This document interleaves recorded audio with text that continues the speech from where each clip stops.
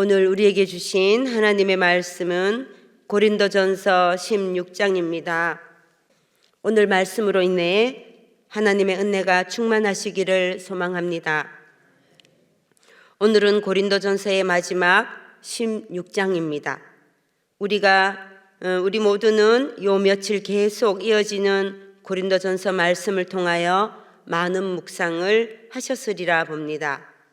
사도 바울은 완고한 고린도 교회 교인들에게 편지를 쓰게 된 목적이 고린도 교회 교인들이 십자가에서 보여주신 하나님의 사랑 안으로 들어올 것을 원하고 있는 것입니다.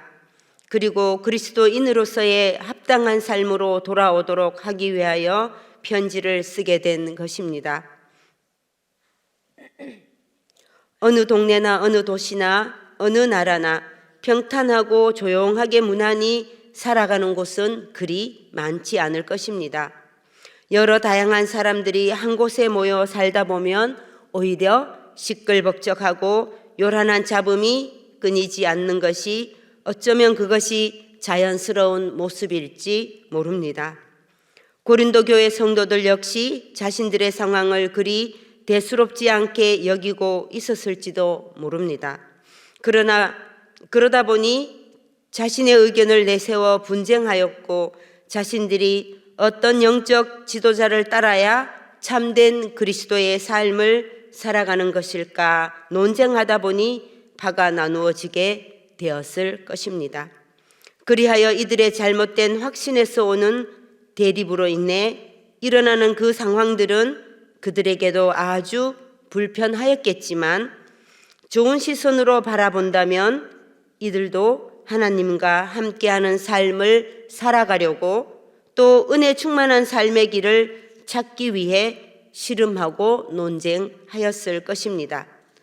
그러나 고린도 교회의 이러한 모습은 자신이 고린도 교회의 영적 아버지라 여기고 있는 사도 바울이 보기에는 심기가 아주 불편하였던 것입니다. 그래서 바울이 보다 못해 급기야 펜을 든 것입니다. 사도 바울은 고린도 교회에 편지를 쓰면서 고린도 교인들이 잘못하고 있는 일들을 구체적으로 그것도 아주 자세하게 하나하나 설명하면서 참된 하나님의 능력과 지혜이신 그리스도 십자가의 도를 1장에서 언급하며 동시에 분쟁을 하지 말 것을 제일 먼저 다루었습니다. 사도 바울은 이 외에도 고린도 교인들에게 참으로 많은 내용을 말해주고 있습니다. 우리는 종종 다른 사람이 잘못하고 있는 행동이나 말 또는 어떤 옳지 못한 모습을 타산지석으로 삼아 배우기도 하고 스스로를 되돌아보기도 합니다. 타산지석이란 다른 산에 있는 못난 돌을 사용하여 자신의 옥을 갈아서 더욱 아름답게 만든다는 것입니다. 우리 모두는 고린도 교회를 통하여 더욱 성숙한 그리스도인이 되기를 소망합니다.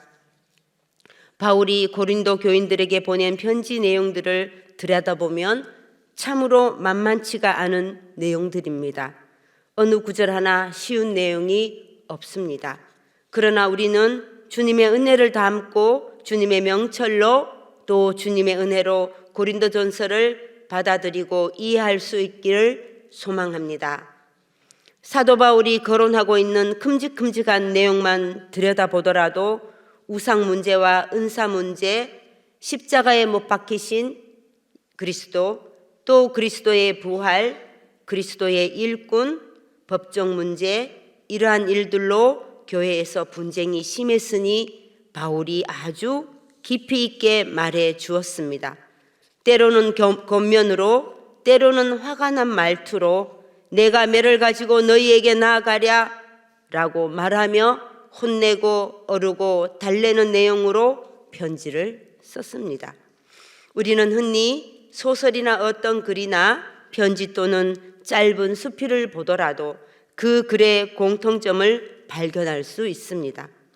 글쓴이가 강조하고 싶은 것이 주로 글의 서두에나 말미에 있다는 것을 알아차릴 것입니다. 사도 바울도 마찬가지로 1장에서 십자가의 도가 믿는 우리에게는 하나님의 능력임을 강조하였으며, 오늘 마지막 16장에서는 너희 모든 일을 사랑으로 행할 것을 강조하고 있습니다. 16장 14절 같이 읽겠습니다. 너희 모든 일을 사랑으로 행하라. 이렇게 사도 바울은 모든 일을 사랑으로 행하라는 이 말씀으로 고린도 교회의 편지를 쓰게 된 목적에 대한 최종 결론을 내리고 있는 것입니다. 사랑으로 행하다 보면 분쟁이 생길 일이 없다는 것입니다. 사랑으로 행하다 보면 자신의 연약함을 스스로 인정하고 받아들인다는 것입니다. 또 사랑으로 행하다 보면 그 사랑 가운데에서 영적 성장을 이루어 간다는 것입니다.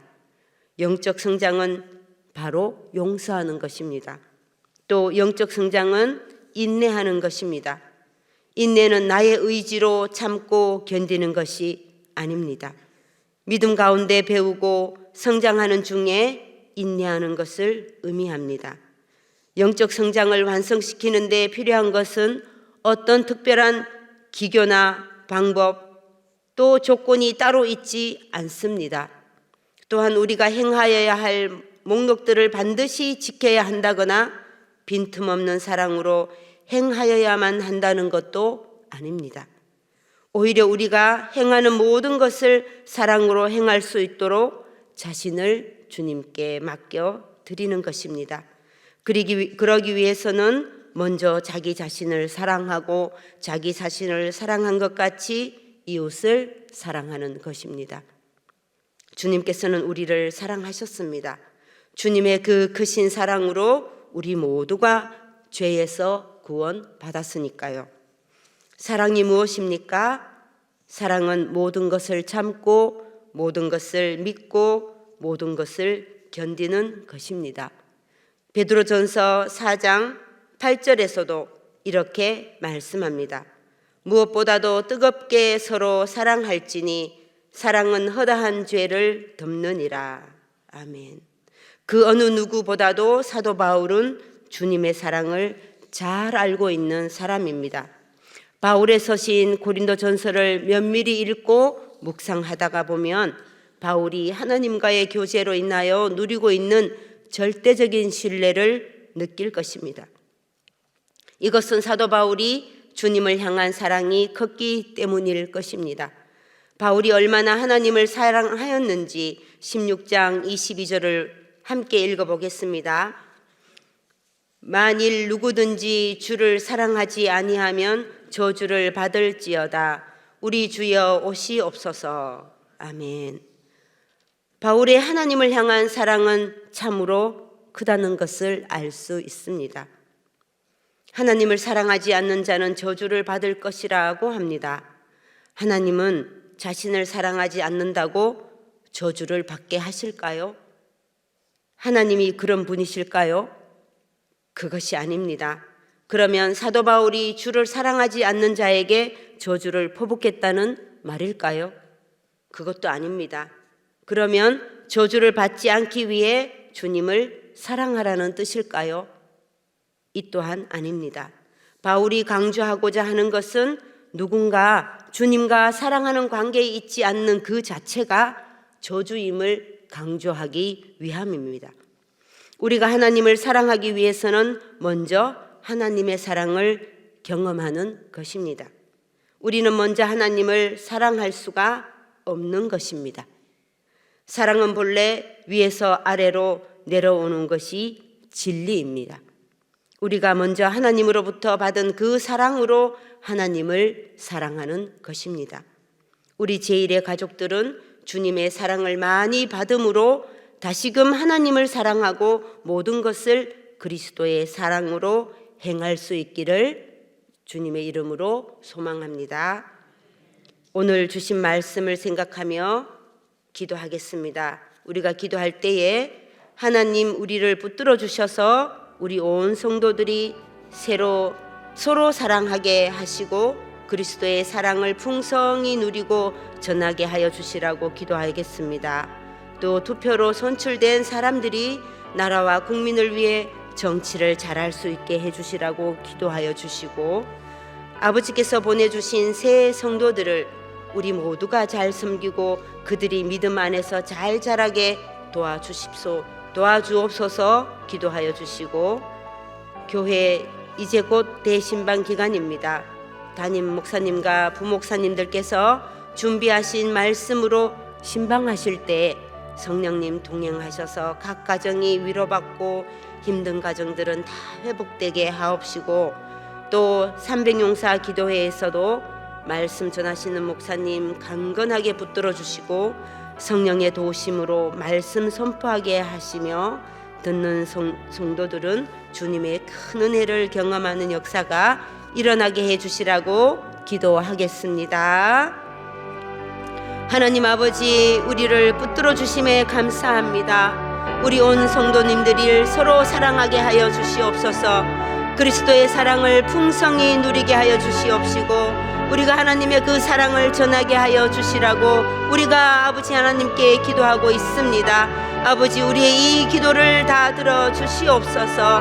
하나님, 국민들이 투표로 선출된 사람들이 이 나라와 국민들을 위해 정치를 잘할 수 있게 아버지 하나님 도와주시옵소서. 또 아버지께서 우리 교회에 보내주신 성도님들을 우리 모두가 잘 섬기고 그들이 믿음 안에서 잘 자랄 수 있도록 우리가 그 옆에서 지지해 줄 수 있는 버팀목이 되게 하여 주시옵소서. 아버지 하나님, 교회 대신방을 하고 있습니다. 아버지 하나님, 담임 목사님과 부목사님들께서 준비하신 말씀으로 신방하실 때 성령님 동행하여 주시고 그 각 가정이 위로받고 힘든 가정들은 모두가 다 회복되게 아버지 하나님 은혜를 내려 주시옵소서. 오늘 저녁에 있을 300용사 기도회 말씀 전하시는 담임 목사님 강건하게 붙들어 주시고 성령의 도우심으로 말씀 선포하게 하여 주시옵소서. 우리 말씀을 듣는 모든 성도님들은 주님의 큰 은혜를 경험하는 역사가 일어나게 아버지 하나님 은혜로 우리를 붙들어 주시옵소서. 오늘도 아버지 하나님께 이렇게 나와왔습니다. 아버지 하나님의 말씀으로 우리가 서로 사랑하게 하시고 그 사랑 안에서 주님의 은혜를 서로가 경험하는 우리 광양제일교회의 모든 식구들이 되도록 아버지 하나님 도와주시옵소서. 아버지께서 은혜 내려주시는 가운데 우리가 아버지 하나님의 은혜로 아버지 하나님의 사랑으로 하루하루를 살아갈 수 있도록 도와주시옵소서. 모든 말씀 살아계신 예수님의 이름으로 기도드립니다. 하나님 아버지, 우리가 하나님을 믿는 우리가 하나님 안에서 서로 사랑하게 하여 주시옵소서. 하나님의 그 크신 사랑으로 서로를 돌아보며 용납하며 서로 인정하며 사랑하게 하옵소서.